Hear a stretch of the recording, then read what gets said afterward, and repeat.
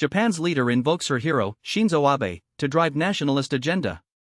That is right, we're looking at Prime Minister Sanae Takaichi and how she's leaning on the memory of Shinzo Abe to push her policy agenda.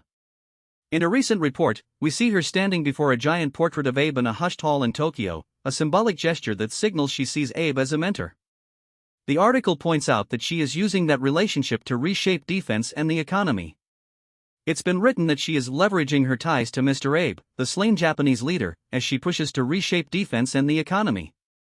That phrase really captures the urgency of the move. Takaichi wants to weave Abe's legacy into her current platform, striking at both national defense and fiscal policy.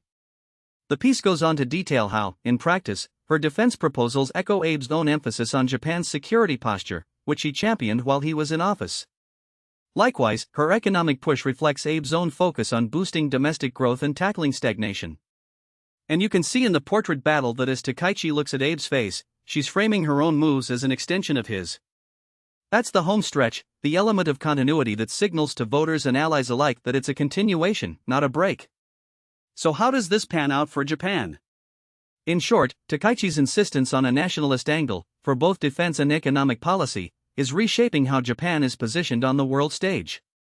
The piece underscores that the portrait is more than decor, it's a statement that Abe's influence is still present in leadership circles, and it gives Takaichi a moral high ground when she pushes forward.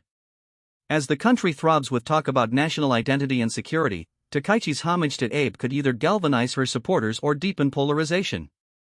Still, the story ends on the point that the story of prime minister and leader is now framed directly within the narrative of a previous leader, and everyone is watching closely.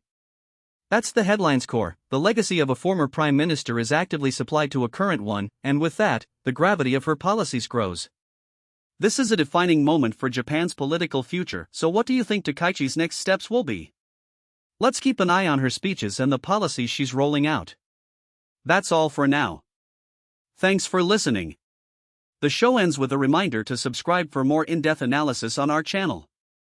And as always, stay tuned for what comes next in our world's unfolding stories.